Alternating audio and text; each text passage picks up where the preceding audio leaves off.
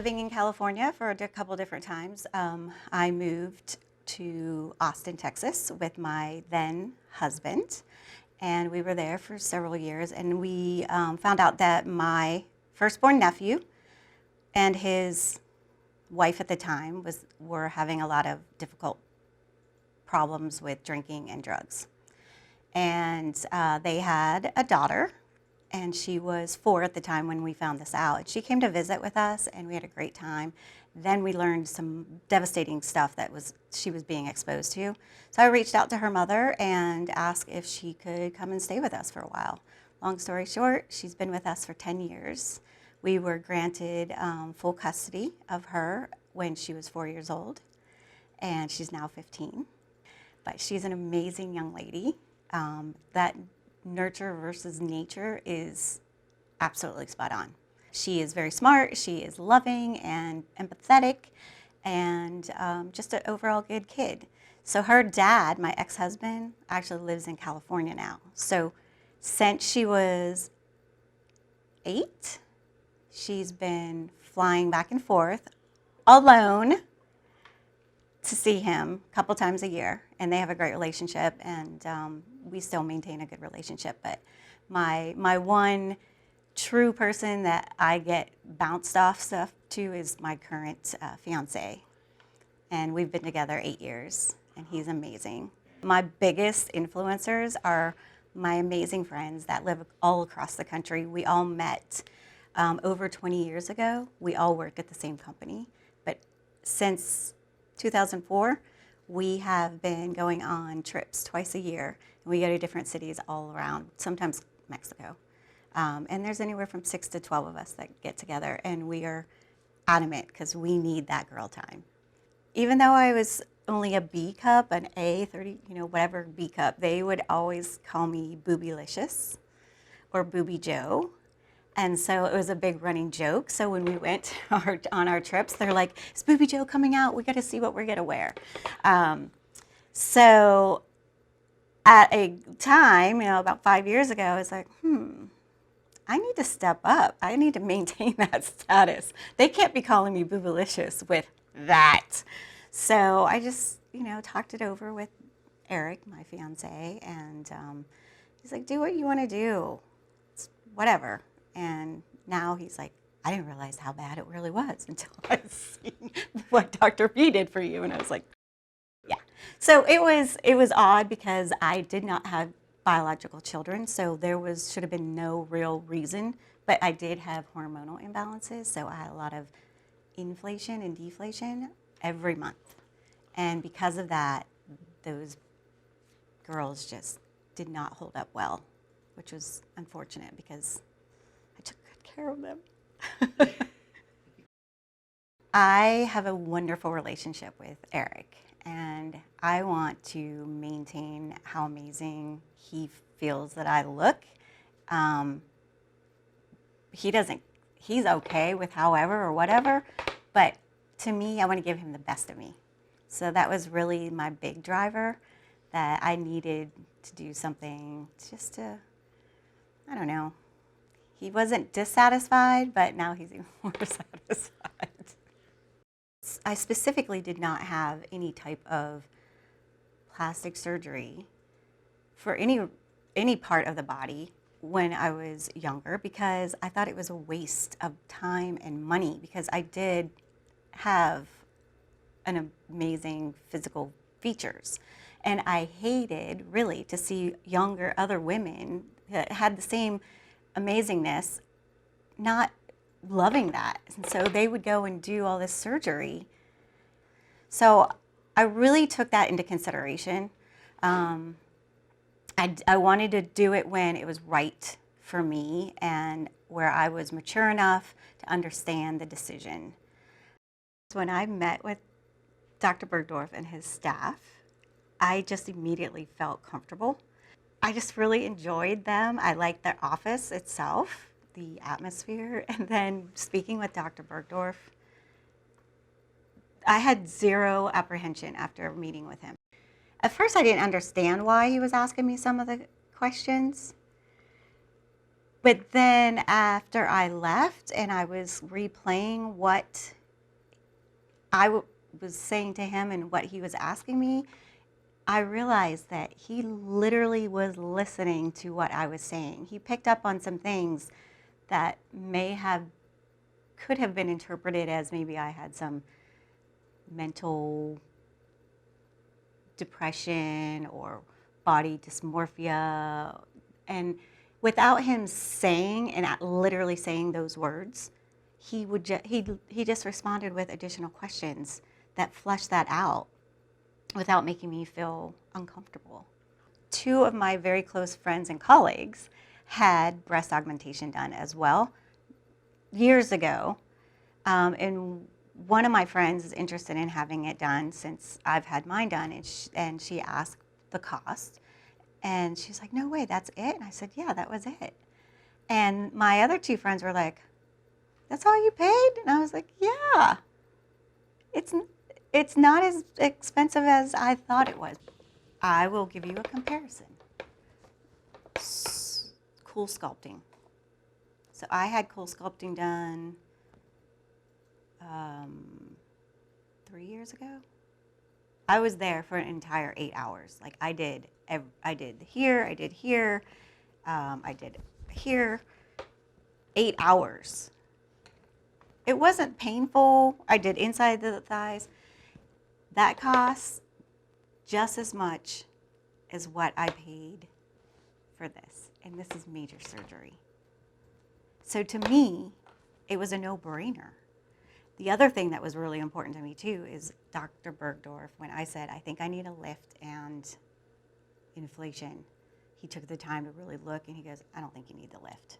So I was thrilled with that because unfortunately other doctors, if you go in saying this is what I want, whether you need it or not, they might just say, okay, let's do it because they're doing it for the money. And he didn't do that. He's like, no, you don't need a lift. So I was pretty happy about that. And then at the end of the day, the cost of the actual breast augmentation was, again, no more expensive than what I paid for some other non-surgical procedures, like the co-sculpting. I made my decision based on where I was in my life, financially, emotionally, relationship with Eric, and just what I'm doing, like what my job is, and it was more about just me feeling better about myself.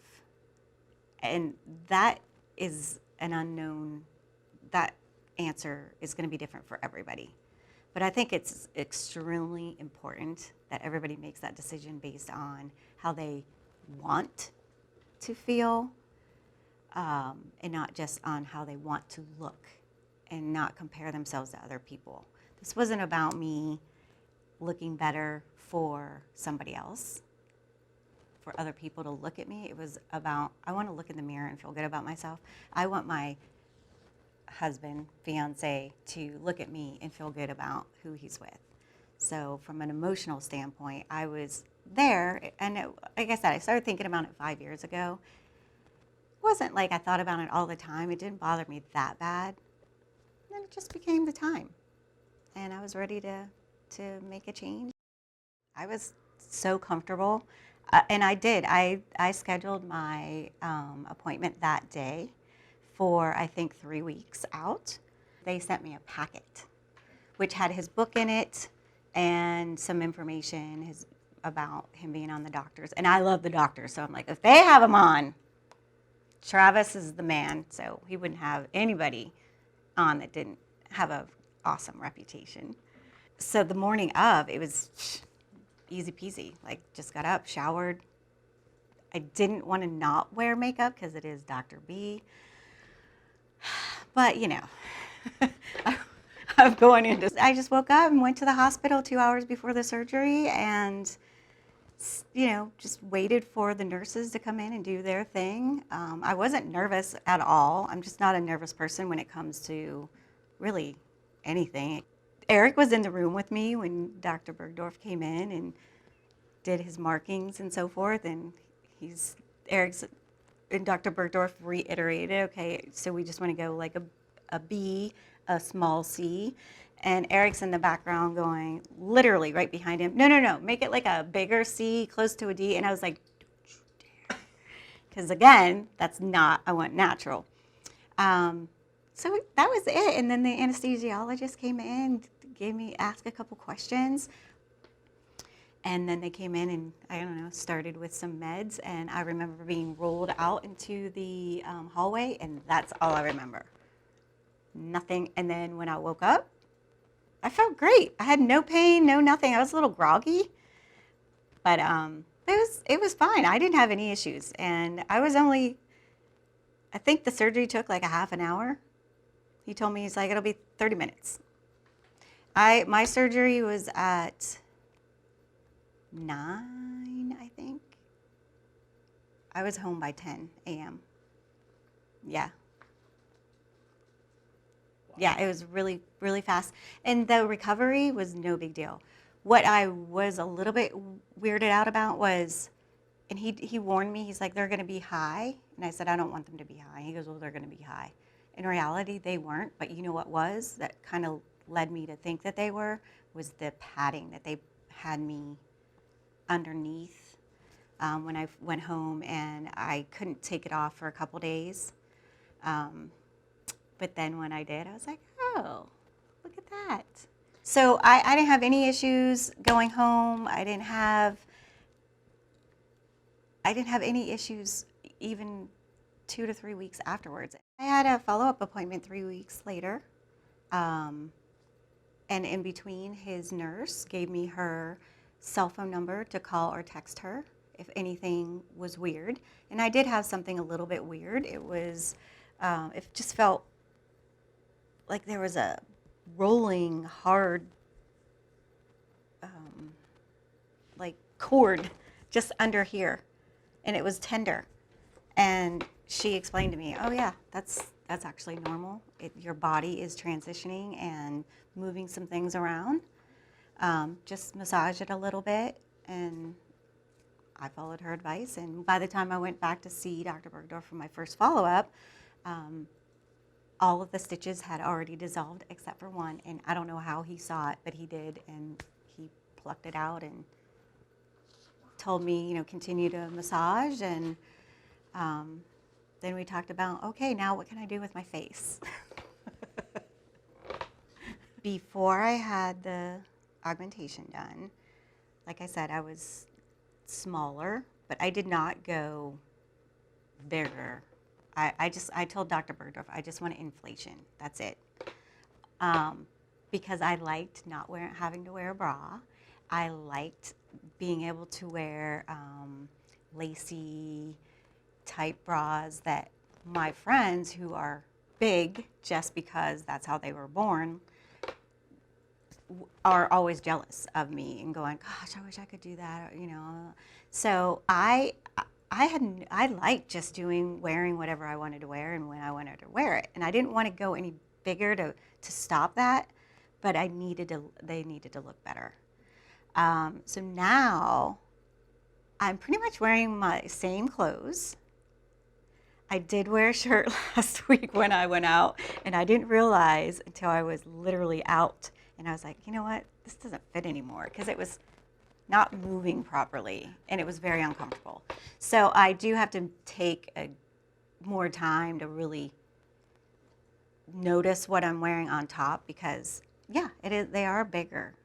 And I typically wear, a small or a medium, but some tops just aren't going to work with what I have now. At the end of the day, I can still do what I want to do. I can still wear my little lacy bras. I can still feel very sexy and confident without, this was one of my biggest fears and why I didn't do it. One of the reasons why I didn't do it before is there are so many women that get them and they're just way over the top. It's not what I wanted, and I didn't want to look like I had fake boobs.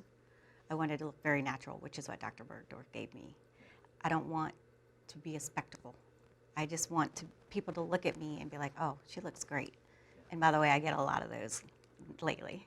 I've always been pretty confident, but now I just feel like I don't know, just different and more sexy and more mature. So when I walk into the office, like I did yesterday, and they were like, hey, oh my God, you look so amazing. You look this, you look that. I'm like, thanks. But they don't know what it is because I didn't go crazy. I just enhanced. I'm a goofball, as you can probably tell, but I like to have fun. So, in our own home at the appropriate times, I will, play around and flash them and, joke with them like, oh, nobody's touching these new boobs and it's ridiculous, it's a waste. And so I'll, just joke, whatever. So I like it to be fun. We have fun, and our sex life has always been amazing, and it continues to be amazing. And we both are enjoying the girls and what's coming out of it in the bedroom. And sometimes not in the bedroom. TMI. I can be friends with just about anybody. Doesn't mean that I'm going to continue to be friends with them and invite them out. But I know when somebody's being honest or dishonest. And I know when there's a relationship that can potentially be ongoing for me and what my needs are. I try to surround myself and I gravitate to people who are like me, ethical, honest, and truly do want to help people. And I think that is what Dr. Burgdorf is all about. And that is what his drive is. It's not the bottom line. There's too many of those types of people and physicians out there today. So people, women, men, whoever is going to go to any type of surgeon, they need to, first and foremost, there needs to be that connection. And that's going to be obviously based on individual personalities. That was a big deal for me. I got along, Dr. Burgdorf just made me feel really comfortable. And when he was speaking to me, he spoke to me, not down to me. He made things very easy to understand when he was reviewing, going over the process and what was happening. So for other people, I think that they need to be able to get that same information at their level of understanding. If somebody's talking over their head, then that's probably not the right surgeon for them. Me, from a real estate perspective, I am all about quality, not quantity. So that's one of the things that sets me apart. I take on very few clients because my customer service level, my expectations for that are very high. I feel like that's very similar to Dr. Burgdorf as well. He's not just hurting people in and out. And that matters to me. I think it should matter to other people too, because that when people get rushed, that's when they forget to ask the right questions, can't remember what was even being told to them, and just isn't a good feeling when you walk out of the office.